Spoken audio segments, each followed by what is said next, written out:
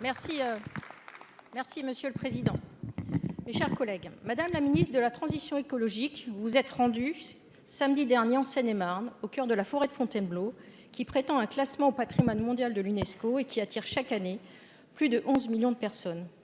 Forêt d'exception de par la richesse de sa biodiversité et sa géologie particulière, son territoire est menacé par le réchauffement climatique. Les épisodes caniculaires de ces dernières années ont asséché les sols et brûlé les arbres. Ces phénomènes désastreux sont de plus en plus nombreux en France et touchent de nombreuses forêts. La lutte contre le réchauffement climatique doit donc être le moteur de votre action, Madame la Ministre, et répondre à une politique volontariste et transversale. Volontariste tout d'abord, car dans ma circonscription, par exemple, nous menons, avec d'autres élus de mon territoire, un combat depuis plus de 10 ans pour faire interdire la traversée quotidienne de milliers de poids lourds dans la forêt de Fontainebleau et la ville de Melun. Les nuisances sonores sont insupportables pour les riverains et les émissions de polluants atmosphériques sont dangereuses pour la faune et la flore. Pourtant, les axes de contournement existent. Madame la ministre, les élus de nos territoires demandent votre appui pour mener cette politique volontariste dont notre biodiversité a tant besoin. Au-delà du volontarisme, nous devons renforcer la transversalité des actions. Vous avez à juste titre exprimé le souhait que tous les ministères soient dotés d'une feuille de route verte. Seriez-vous favorable au renforcement des missions des hauts fonctionnaires au développement durable déjà présents au sein de chaque ministère? Enfin, je regrette la disparition du terme solidarité dans l'intitulé de votre ministère, alors qu'il nous faut plus que jamais aider chaque concitoyen à être un acteur de la transition écologique, quels que soient ses moyens, pour en tirer individuellement et collectivement des bénéfices. Comment comptez-vous faire vivre cette notion de solidarité au sein de votre ministère? Je vous en remercie. Merci, Madame la députée. La parole est à Madame Barbara Pompili, ministre de la Transition écologique.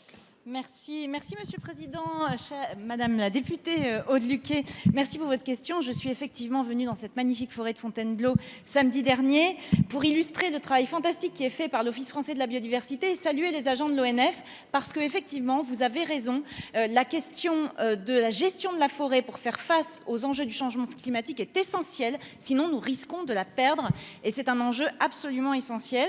Je salue d'ailleurs Anne-Laure Catelot que je vois derrière vous qui a fait un excellent rapport sur le sujet et qui va beaucoup nous inspirer. Sur le sujet des poids lourds qui traversent la forêt de Fontainebleau, vous le savez, des études de déplacement sont en cours dans le cadre du contrat d'intérêt national de Melun et on va être attentif aux conclusions et aux propositions de ces études de circulation afin de trouver le meilleur compromis avec les acteurs locaux. Je ne peux pas vous en dire plus à ce stade. Sur le fait que chaque ministère doit être pleinement impliqué dans la transition écologique, alors oui, évidemment, je le porte depuis longtemps et je pense que c'est vraiment quelque chose qui doit être fait de manière transversale et c'est pourquoi le Premier ministre va remettre prochainement à chaque ministre une feuille de route climat qui reprendra les budgets carbone de la stratégie nationale bas carbone. Et donc chacun aura sa feuille de route pour avancer. Elle devra décliner un ensemble d'actions que chaque ministère devra mettre en œuvre et dont il devra rendre compte de manière périodique. Le réseau des hauts fonctionnaires au développement durable sera bien évidemment impliqué dans la mise en œuvre et le suivi de ces feuilles de route. Et enfin, Madame la députée, sur écologique et solidaire, ce que j'ai envie de vous répondre, c'est que écologique et solidaire, c'est un pléonasme. Et quand on l'oublie, on a des ennuis. Je crois que certains de mes prédécesseurs et des gouvernements précédents l'ont vu. Quand on met en place des politiques écologiques, mais qu'on ne met pas en place l'accompagnement social, ça ne fonctionne pas. Et donc, nous en tirons les leçons. Et je peux vous dire que je serai très attentive à ce que toutes les politiques écologiques soient assorties de mesures. Par exemple, la prime à la conversion pour la voiture. Par exemple, la prime Rénov' pour la rénovation thermique des bâtiments. Merci, Madame la ministre. Madame la députée. Madame la ministre, je vous remercie de votre réponse sur ma circonscription et sur particulièrement mon territoire. Je voulais vous répondre. Effectivement, il y a une étude sur les poids lourds. Il y a 4000 véhicules jour. Donc, à un moment donné, il va falloir être cohérent entre la défense de l'environnement et la traversée des poids lourds de la forêt de Fontainebleau.